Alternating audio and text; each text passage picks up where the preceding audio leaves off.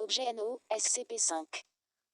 Classe, sûre, procédure de confinement spécial, SCP-5 ne pose aucun danger immédiat, cependant, ses fonctions uniques requièrent la prise de mesures spéciales pour restreindre son accès et sa manipulation. L'approbation d'au moins un membre du personnel de niveau 4 est requise pour retirer l'objet de sa zone de confinement. Description, en apparence, SCP-5 ressemble à une clé ornée, montrant les caractéristiques de la clé typique qui était produite en masse dans les années 1920.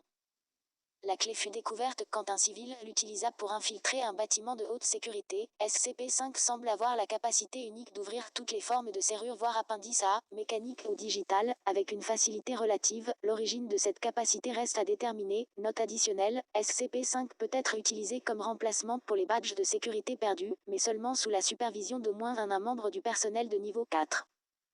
SCP-5 ne doit pas être utilisé pour réparer des distributeurs, ouvrir des casiers ou la porte d'une maison d'un membre du personnel. Retirer l'objet de l'endroit où il est enfermé entraînera un renvoi immédiat. Appendice A, bien que SCP-5 se soit montré efficace pour déverrouiller presque toutes les formes de dispositifs de verrouillage, d'autres expériences ont montré que dissimuler le but ou l'identité d'une serrure a eu un certain succès dans l'élimination du pouvoir de SCP-5.